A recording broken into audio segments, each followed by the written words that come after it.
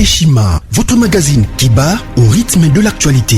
Une réponse à vos besoins en information, un éclairage dans divers domaines. Impartial, documenté, instructif. Eshima au cœur de l'info. Retrouvez la nouvelle édition.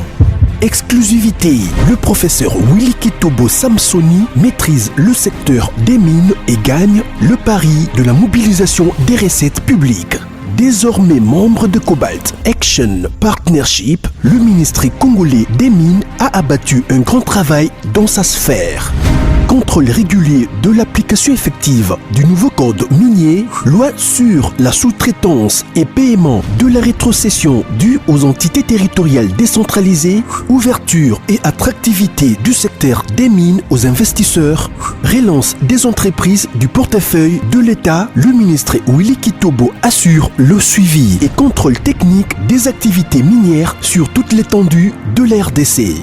Focus, augmentation de 66% des recettes, le directeur général des impôts Barnabé Mwakadi Mwamba, en technicien avéré, impulse les performances de la DGI. Dossier Eshima 2021, année de tous les enjeux. Nation, Hubert Mihimi Mouawa, directeur général de la Sona Hydroc, présente ses vœux de nouvel an au président de la République. SU, la rétrospective 2019-2020 du ministre Thomas Louaka, un mandat placé sous le thème du redressement du système éducatif du supérieur. Agence de prévention et de lutte contre la corruption, un casting à refaire. Économie, Eshima Magazine revient sur les commerces générationnels en RDC. Retrouvez l'intégralité du magazine Eshima dans les kiosques. Eshima Magazine, un nouveau standard d'information. Bonjour, bande konyoso bozolanda, mwana mboka Trésor Lombo Dixi Abesho de l'IDPS, votre communicateur.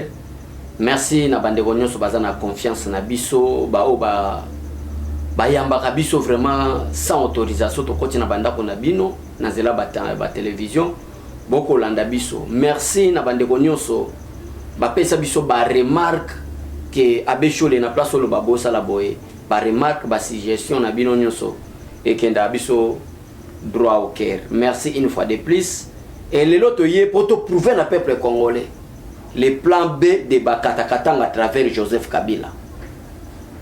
Nde ya mwana le loto yé ko soana bino lelo le plan B ya Bakatakatanga à travers Joseph Kabila.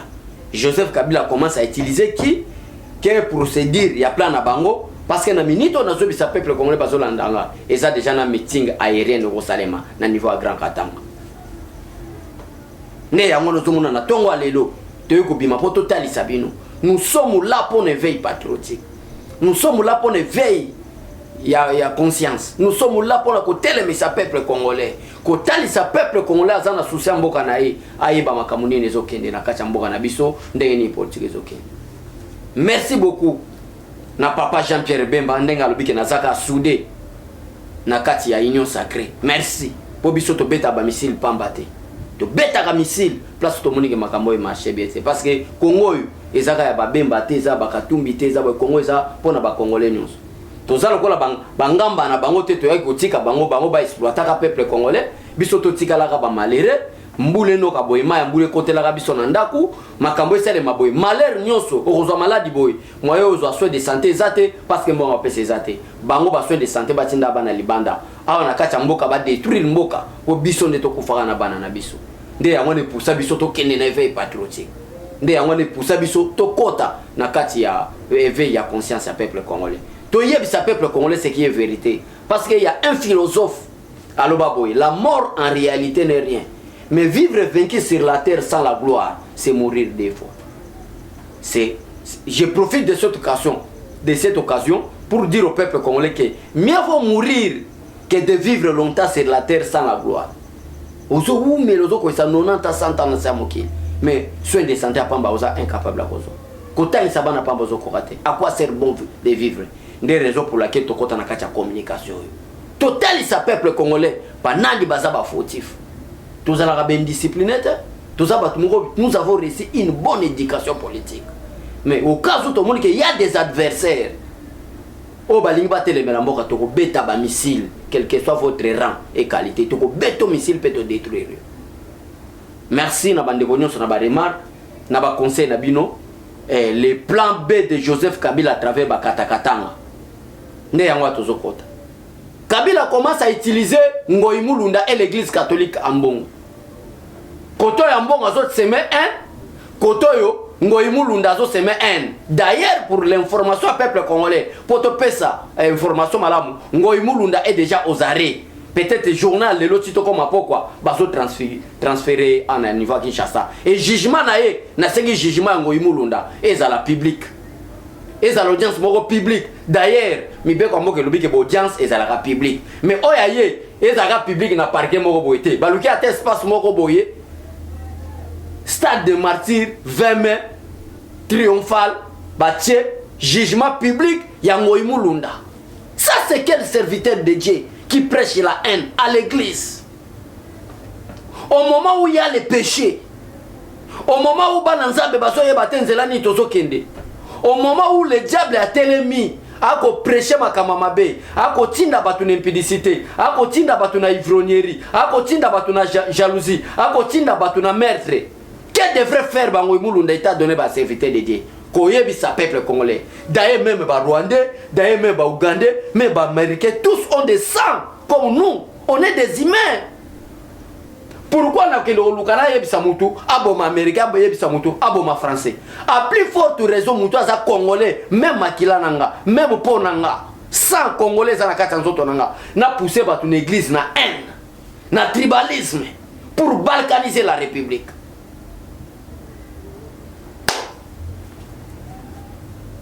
Un serviteur de Dieu. Un serviteur de Dieu qui prêche la haine. Les Kassaïens basaka batulukola yo Ngoyi Mulunda.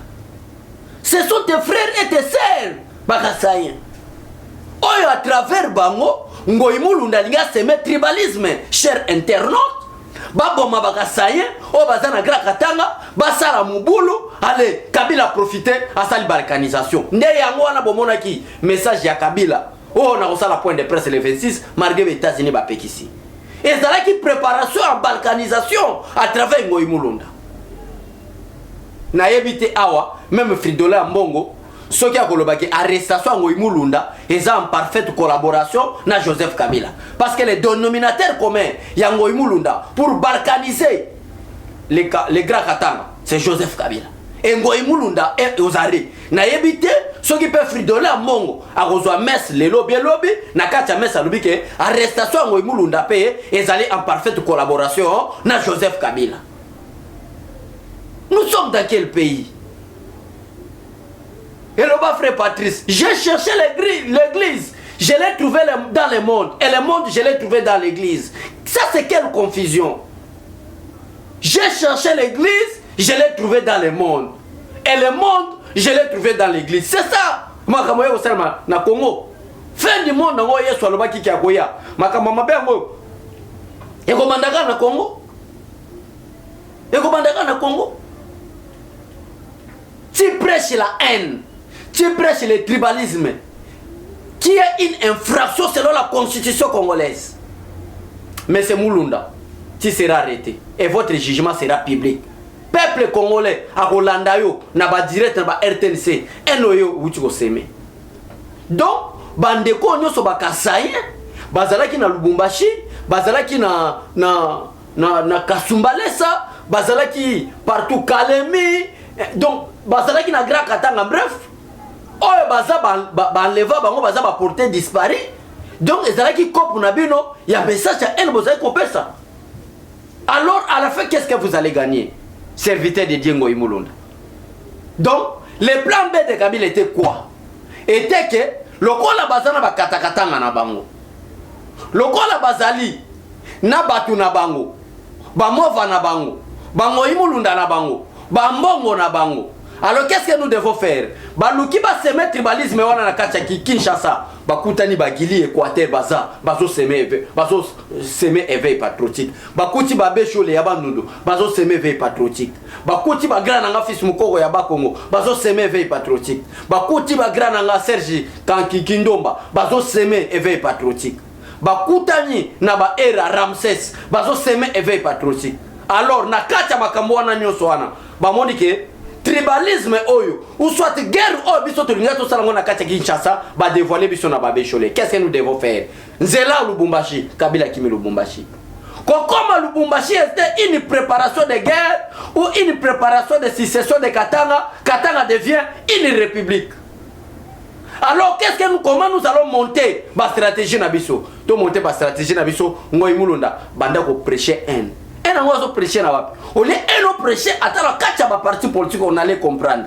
Mais na kacha église, l'église de Dieu, oh Yesu Masia, azali ne roi des rois, yo ke ko semer haine pour balkaniser. Ngoy mulunda tira tout droit à l'enfer. Tira tout droit à l'enfer. Allez, to bomba bato wana nyonso après tango ene banda kota parce que na kata plan B na bango o eza dernier plan sata yaki na nzela moko me abandi okima na banzele belé plan na bango ezalaki maintenant tango tribalisme wana ekokota tango bako banda bomba bande ko bakasaye je crois bomoni ba déclaration na bango ezalaki bakasaye bazonga na bamboka na bango ba non originaire ya Katanga bazonga ba non originaire wana bazomona ka bakasaye parce que tribalisme lingesa mandenge nini du fait que Félix Tshisekedi et Muluba des pères et des mères de Kasai alors tango to banda oboma alors et banda osala boye bato wana bakasaye ba banda okufa bosa na tele les années 90 ne makambo wana esalemaki tango ko sale mabongo biso peto biso ba Joseph Kabila to ko bimisa ba katakatanga na biso to ko bimisa ba Gédéon Kyungu na biso ba désordre wana esalemi ba profiter na sima message ya Ngoy Mulunda sali ba maître bandi ko salema ba porter disparu bandi ko salema ale bato bandi ko bima na balabala ba bimisi kaye na bango ou soit communiquer na bango pour dire que non Katanga est devenu une république nazo yebisa yo Ngoy Mulunda nazo yebiso Joseph Kabila mboka oyo ba et Patrice Emery Lumumba batanga makila na bango mboka o Betien Tshisekedi babundi pendant 37 ans bakundi bango na se ya mabele mboka o bakilpan vita mboka o ba Simo Kimbangu mboka o ya bakuku Pemba mboka oyo Congo en tout cas nazo biso boko réussir balkanisation wanate alors qu'est-ce que fait le gouvernement? Talatina Natali saka peuple congolais que Félix Tshisekedi c'est l'envoyé de Dieu. Talatina na prouvaka na peuple congolais que sans Félix Tshisekedi pour actuellement, pour le moment, sans Félix Tshisekedi, le Congo est dit. Qu'est-ce fait maintenant le président de la République en tant que garant de la nation? Azui 33e région militaire, ba para commando, o ba usi formation à solo. Na minito na ko yebisa bino. Ba meeting aérienne bani ko salema ndenge sema la Kinshasa. Ba avion de chasse ko matalikolo. Le Katanga, le Grand Katanga est sous contrôle. Est sous contrôle maintenant. Total Asigoyo place ni ba Katanga ba obima. Total Asigo place nini Joseph Kabila ko bima. Total Asigo place nini Ngoy Mulunda ko bima. Malgré meeting aérienne et ko matalikolo. Malgré président de la République azala ko bunda. Mais biso pe bande ko na biso Katanga bo telema. Vous allez manipuler par les politiciens. Vous allez manipuler par les faux pasteurs. Le corps est molunda. Mais vous tellement, vous voyez que biso na grand Katanga. Tu as vu que ndoko na biso akasaya ande kona biso. Tu as vu que muto na biso abandunda ande kona biso. To simba na main dans la main pour te tombola mboka na biso ekende likolo. Ekende liboso. Nzamba pambola biso. Nde yango no moni raison pour laquelle biso to bi non. Et sengeli to tellement te expliquer peuple congolais. Donc il y a des para-commandos maintenant. Bandeko bolanda biso na Kinshasa na kacha Katanga, bozana Lubumbashi, bozali na Kolwezi, bozali na Kalemi, donc bozali na Grand Katanga. Nazo biso maintenant le président de la République a décrété ba para-commando oyo meeting aérienne ezo salema lelo. Pour hôtel sa peuple congolais ke wana eza premier souci à président de la République ko battre la vie à ba congolais. Ko stabiliser via ba congolais, ko rendre ba congolais ré ezali moko ya ba mission président de la République azali nango. Donc ndé yango na répétaka ke ezala bande ko na biso bazala parti est ya pays. Ezala bande ko na biso bazali na Grand Katanga. Fati a ko abandonner binoté. Fati a ko abandonner binoté. Président de la République ko tika binoté. Il y a des stratégies du jour au lendemain o ezali ko salema comme est-ce que paye durable et go fanda na kati ya nord sud Kivu et go fanda na kati ya Grand Katanga. Des raisons pour laquelle toyaki pour total sabino ba situation politique ya mboka na biso. Donc bande ko nyonso bolandi biso na katanga bozala na éveil. Bozala peuple oyo parce qu'il y a un discours à chef de l'État le baki clair. J'ai beaucoup plus besoin aussi de la mobilisation du peuple. Peuple bozala pe ko banda ko dénoncer. Place bozo mona za mutu na binoté. Place bozo mona za ndeko na binoté. Place bozo mona za boyete. Alors bo dénoncer. Keko banga elonga na mitema na biso. Même la parole de Dieu est claire. L'esprit que nous avons reçu, ce n'est pas un esprit de père, mais c'est un esprit qui crie à bas, c'est-à-dire tata. Tout nous a molimo oya ko banga te, mais molimo zo ganga pour te sauvegarder, ba vie na biso to sauvegarder mboka na biso. C'est ça, c'est clair. Tous en asima bobangi te, mais to tele ma tous à la bomoto moko. Parce que Kabila na plan à balkanisation, a balkanisa déjà armée kala. A balkanisa déjà la police kala, a balkanisa déjà république kala, et singela ki kaka concrétisation nango nde yango la nzamba yo ke biso mawa atinde biso fati. Tango muto ko diviser armée, na armée obiso to za déjà na chef d'état-major général. Na armée auto za déjà kana ministre de la défense moko, na chef d'état-major général, na commandant aérien, na ya force aérienne, ya force terrestre, ya force fluviale. Ya wana de commandement ya armée. Mais au moins Kabila commet à bandel binosus après ba commandwana tozana ba région na ba sous-région militaire. Mais elles ont ba région militaire zawana. Ya eko créer bino déjà ba zone de défense. C'était une forme de balkanisation. C'était toute une balkanisation. Balinga ba kabola Congo na 4 morceaux. Ndé ngo zomo na pesa na 4 zones de défense. Chers compatriotes, to lingambo kana biso. Le Congo était déjà balkanisé. Tant on va zone de défense 1. Oh, ils ont Kinshasa, Bandundu, Congo. On a zone de défense 1. Oh, ils appellent un chef d'état-major dans la zone de défense 1. Tant on a zone de défense 2. Oh, ils ont Grand Katanga. Oh, ils ont province orientale. Oh, ils ont Grand Kassai. On a zone de défense 2. Oh, ils appellent un chef d'état-major dans la tant on a zone de défense 3. Oh, ils ont Nord Kivu, Sud Kivu, Maniema. Bazin na deux zones de défense na bango. Bino wakaisa kizalaki ni. Ezaki balkanisation. Ezaki balkanisation au sein de l'armée. Parce que El Katanga kolobake biso tozu déjà si session na biso Katanga comme une république, chef d'état-major na bandi la déclaration à l'hôpital la peuple. C'était une balkanisation. Maintenant bazela qui concrétisation nango et salema nzaba longoli Kabila na pouvoir ba rater déjà gâteau. Ba rater déjà balkanisation c'est ma soute. Nde ba bandi koyana ba message ba haine na bango imulunda, ba message ya mabe to sala boye pour boye seulement c'est fini. C'est fini peuple congolais. Mboka na biso ekendaka. Nous devons beaucoup remercier Nzambe. Ndenge vraiment mboka na biso lelo ezaka cha bomoko le pays déjà vendu.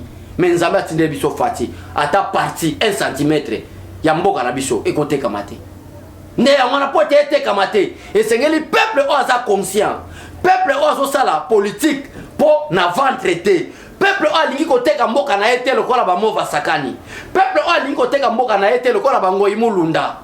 Peuple oza conscient, peuple oza éveillé. Tous mobilisons-nous derrière le président de la République. Dans cela, la prière, que nous prions pour le président de la République. Dans cela, la dénonciation. Tous autres dénoncer, le plan diabolique, le plan satanique, le complot, il y a balkanisation et l'ingénieur de la Nabiso. À ce moment-là, nous avons une unité. Nous avons même les forces à Joseph Kabila, divisées pour régner. Tala Kabila n'a réussir. Oh, il y a 97 heures. Oh, il y a 97 heures. Car on a qui te répété, mais à parvenir qu'au diviser par professeur d'université, à parvenir qu'au diviser peuple congolais, pour Nanzala, pour Nambon, des raisons à biso, des biso tous aléas, pour n'a éveiller peuple congolais, tous à la kacha bomoko. Bah, tu as biso te yeba ba famille na bango, bah travailler na ba Mobutu, bah zo ba la. Si les lois retournent na bongo te, bah zo la Kabila. Hein, papa Jean-Pierre Bemba, hein, papa Moïse Katumbi. Vraiment. Papa Moïse, papa Bemba. Vraiment. Bokoyo que la ta bana nabino mawate. Bokoyo que la ta jeunesse nabino mawate papa vraiment. Comment est-ce que Munguni a kokota zwa territoire nabiso sans présence à mon mboka nakati. Comment est-ce que Munguni a utilisé bino ba congolais pour la sopa makila bande kona bino. Comment? Si boké plus loin ko banda kote ya ngona kati ya église. Comment go imulunda? Comment? nde ya mwana toyaki po totalisa peuple congolais ba réalité ndenge ozoleka mais Ngoyi Mulunda akozala transféré ici na mboka oyo akozala jugé ici bakosambisa ye publiquement wana eza demande nanga serviteur de Dieu qui prêche la haine qui prêche le tribalisme parce qu'il y a les mots à Joseph Kabila pour balkaniser la République pour que Katanga devienne une république. Or Katanga ne viendra jamais une république. Katanga est l'une des provinces de la République démocratique du Congo. Quels que soient vos complots, Katanga reste l'une des provinces de la République démocratique du Congo. Que Dieu bénisse la République démocratique du Congo. Que Dieu bénisse les peuples congolais. Que biso nyonso tozala bomoko tosangana. Mutu moko poto tombola mboka na biso. Nzamba sunga ba député na biso. Nzamba sunga ba politicien na biso. Ba comprendre c'est quoi des valeurs na kacha mboka na biso.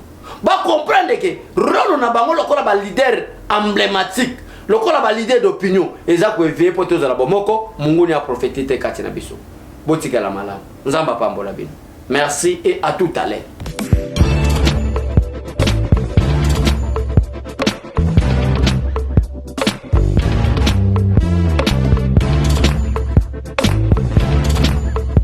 Conteneur yango todo sala adi londolé Feli Mosengo Feli todo sala conteneur ba voiture todo tina na Kisasa ba carton ezo kine Kinshasa et en plus la bonne chose voiture na yo ko tina na Kisasa te prends pas la tête yela bisongo charger biloko na yo te relivrer à domicile sans un bon au teki to c'est parti.